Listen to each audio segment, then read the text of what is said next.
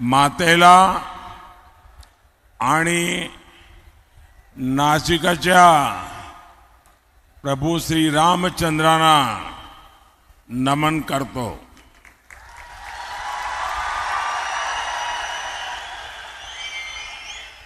कल काशी में मैंने बाबा विश्वनाथ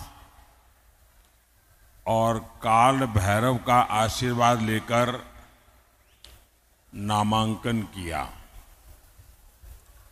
और आज यहां त्र्यंबकेश्वर की धरती पर हूं। भगवान कालाराम की धरती पर हूं। मैं सभी को प्रणाम करता हूं। साथियों, आपकी सेवा यही मेरे जीवन का सबसे बड़ा लक्ष्य है।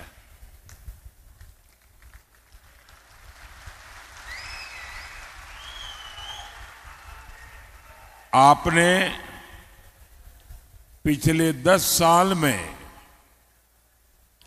मेरा काम देखा है और अब मैं आपके पास आज आशीर्वाद मांगने के लिए आया हूं। तीसरे कार्यकाल के लिए आशीर्वाद मांगने आया हूं। विकसित भारत बनाने के लिए आशीर्वाद मांगने के लिए आया हूं। साथियों, एनडीए गठबंधन को कितनी बड़ी जीत मिलने जा रही है, इसका पता यहां इंडी गठबंधन के एक बड़े नेता की बातों से भी पता चलता है। वो जानते हैं कि इंडी गठबंधन का जो मुख्य दल है कांग्रेस, वो कांग्रेस इतनी बुरी तरह हार रही है, इतनी बुरी तरह हार रही है कि उनके लिए मान्य विपक्ष बनना भी मुश्किल है।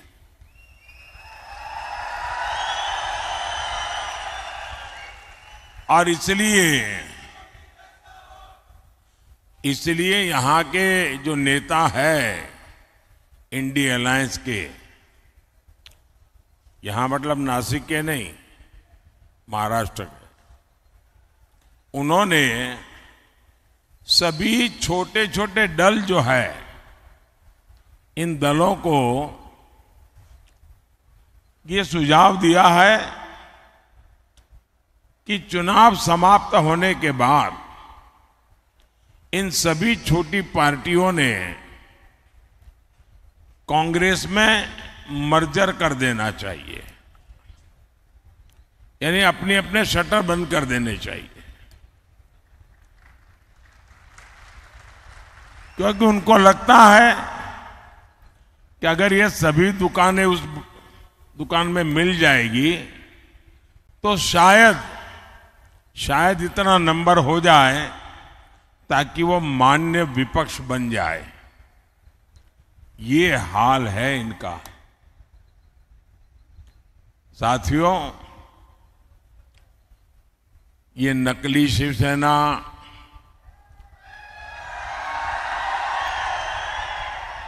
नकली राष्ट्रवादी पार्टी,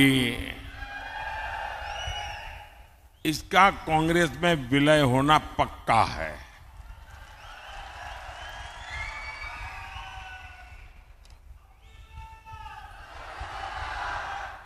और जब ये नकली शिवसेना का कांग्रेस में विलय हो जाएगा, मुझे सबसे ज्यादा याद बाला साहब ठाकरे की आएगी,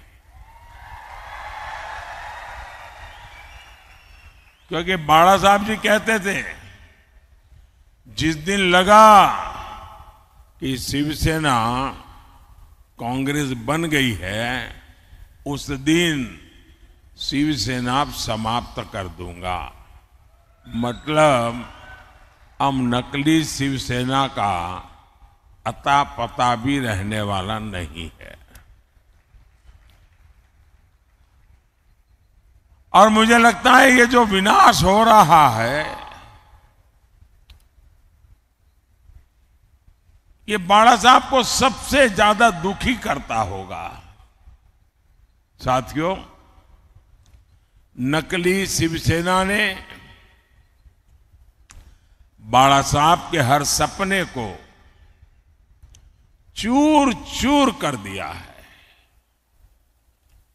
बाला साहब ठाकरे का सपना था अयोध्या में भव्य राम मंदिर का निर्माण हो।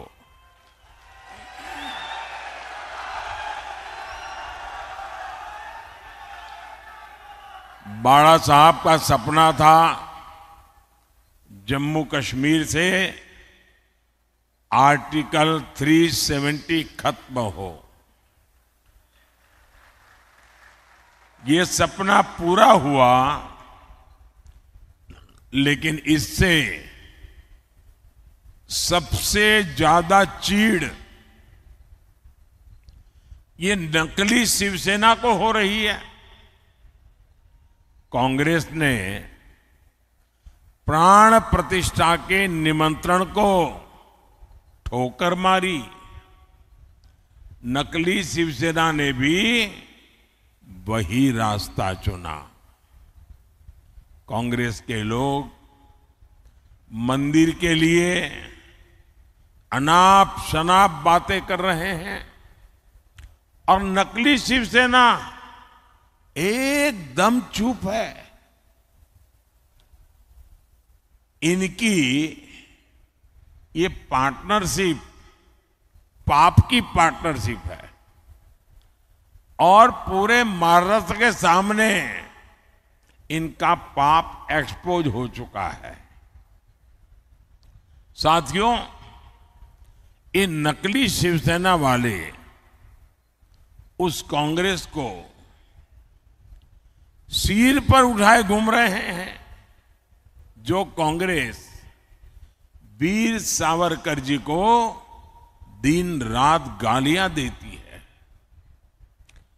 महाराष्ट्र की स्वाभिमानी और राष्ट्रभक्त जनता ये जब देखती हैं, ये जब सुनती हैं, तो महाराष्ट्र के लोगों का गुस्सा 7वें आसमान पर चढ़ा हुआ है। लेकिन अहंकार शिवसेना, नकली शिवसेना में इतना आ गया है कि उनको महाराष्ट्र के लोगों की भावना की भी कोई परवाह नहीं है, उनको कोई फर्क नहीं पड़ रहा है। कांग्रेस के आगे घुटने टेकने वाली नकली शिवसेना को सजा देने का मन पूरे महाराष्ट्र ने बना लिया है। और 4 चरण के जो चुनाव हुए हैं, इन चारों चरण में इनको चारों तरफ से चित्त कर दिया है जनता ने।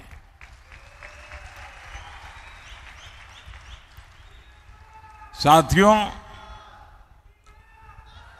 आज मोदी गरीब को मुफ्त राशन दे रहा है।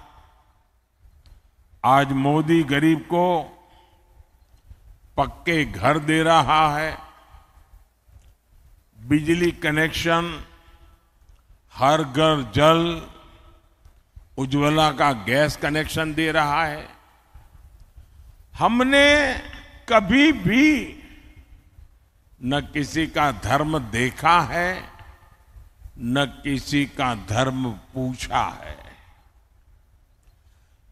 योजना सबके लिए बनाई जाती है, सबको योजनाओं का लाभ दिया जाता है, लेकिन कांग्रेस की नीयत रही है इसका बहुत बड़ा खुलासा आज मैं 140 करोड़ देशवासियों के सामने करना चाहता हूं।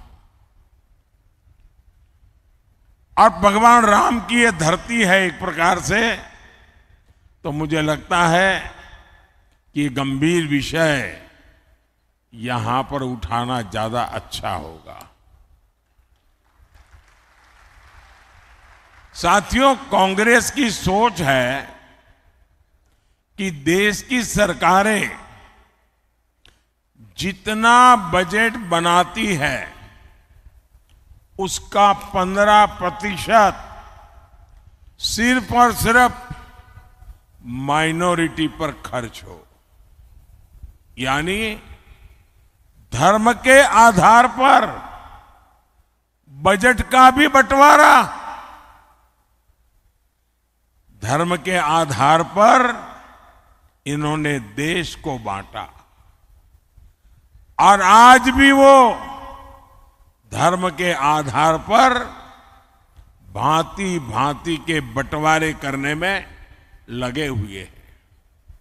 कई साल पहले कांग्रेस ने धर्म के आधार पर बजट के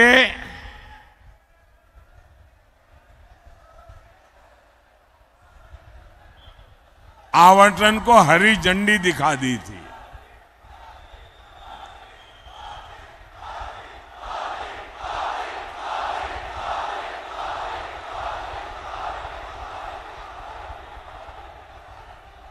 जय श्री राम, जय श्री राम। भारत माता की, भारत माता की। आप कल्पना कर सकते हैं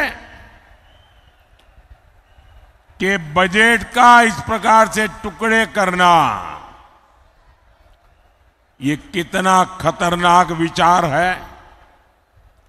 और आप जानते हैं, कांग्रेस के लिए माइनॉरिटी सिर्फ एक ही है, उसका अपना प्रिय वोट बैंक। मुझे याद है उस समय मैं सीएम था और जब ये बात कांग्रेस ने उठाई थी तो मैंने उसका मुख्यमंत्री रहते हुए पुरजोर विरोध किया था। कांग्रेस उस समय चाहती थी कि देश के सारे बजट का 15% सिर्फ मुसलमानों पर खर्च हो। तब भाजपा के जबरदस्त विरोध के बाद ये कामयाब नहीं हो पाए थे। लेकिन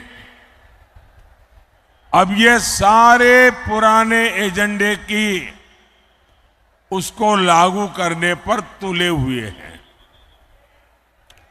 बाबा साहब आंबेडकर धर्म के आधार पर आरक्षण के खिलाफ थे, लेकिन कांग्रेस कह रही है कि एससी, एसटी, ओबीसी और गरीबों का आरक्षण छीनकर मुसलमानों को दे देगी। कांग्रेस आपकी संपत्ति को भी जब्त करके उसका हिस्सा अपने वोट बैंक को देने की तैयारी में है। लेकिन कांग्रेस और इंडी अगाड़ी वाले कान खोल करके सुन ले, मोदी धर्म के आधार पर न बजट बांटने देगा और न ही धर्म के आधार पर आरक्षण देगा।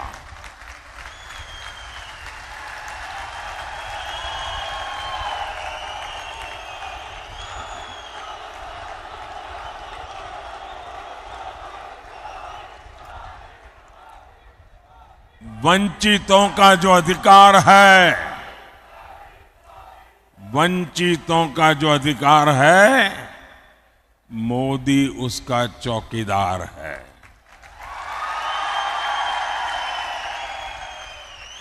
भाइयों और बहनों, हम तो छत्रपति शिवाजी महाराज की प्रेरणा से काम करने वाले लोग हैं।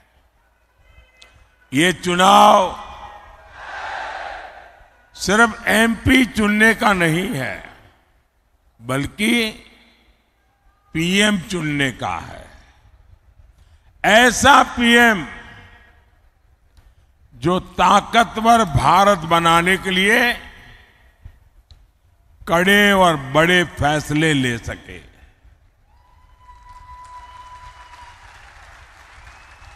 आप देखिए, कोरोना का इतना बड़ा संकट काल आया, भारत ने इसका डटकर मुकाबला किया, कोरोना को हराया। इसमें आरोग्य विभाग में हमारी बहन भारती पवार जी, जो इस विभाग को देखती थी, उनका शांत और सेवा भाव बहुत काम आया। आज कोरोना के विरुद्ध भारत की लड़ाई की प्रशंसा पूरी दुनिया कर रही है।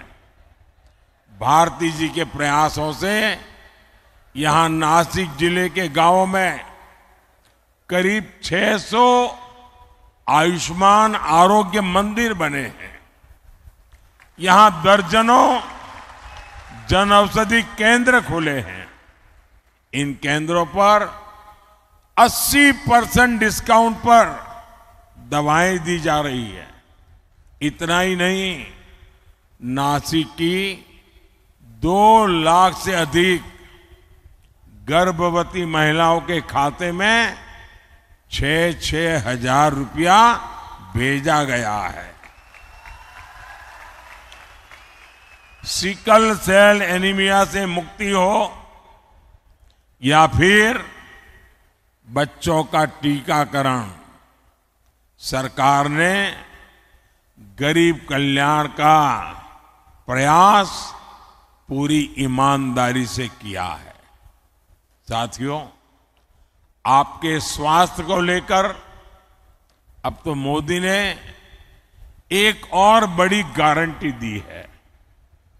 अब महाराष्ट्र के सभी परिवारों के 70 साल से ऊपर के जो बुजुर्ग हैं, उनको 5 लाख रुपए तक का मुफ्त इलाज, ये मोदी की जिम्मेवारी रहेगी।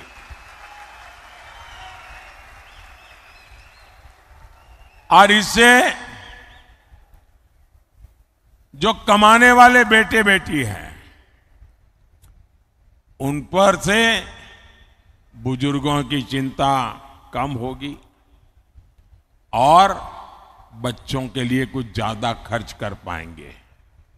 भाइयों और बहनों, मोदी का पूरा फोकस किसान, नौजवान, नारी शक्ति और गरीब के सशक्तिकरण पर है। शेतकारी समाज ने मोदी के 10 साल भी देखे हैं। इससे पहले कांग्रेस, राष्ट्रवादी के भी दशकों का राज देखा है। और तब कृषि मंत्री तो यही महाराष्ट्र के ही थे। लेकिन तब कांग्रेस और इंडिया गाड़ी ने आपकी कोई चिंता नहीं की। आज पीएम किसान सम्मान निधि के 12,000 रुपये हर साल यहां हर किसान परिवार को मिलते हैं। यानी आने वाले 5 साल में कम से कम 60,000 रुपये हर किसान को मिलना तय है। पहले 1 पैसा भी मिलता था क्या? मैं मानता हूं मेरे किसान भाई बहन मोदी को कभी भी भूलेंगे नहीं। कांग्रेस के राज में किसानों के लिए झूठे पैकेज घोषित होते थे। कोई किसान बता दे क्या आपको इन पैकेज में से 1 रुपया भी मिलता था? साथियों, मोदी किसान हित को हमेशा सर्वोपरि रखता है। नासिक और ये क्षेत्र तो प्याज और अंगूर की खेती के लिए प्रसिद्ध है।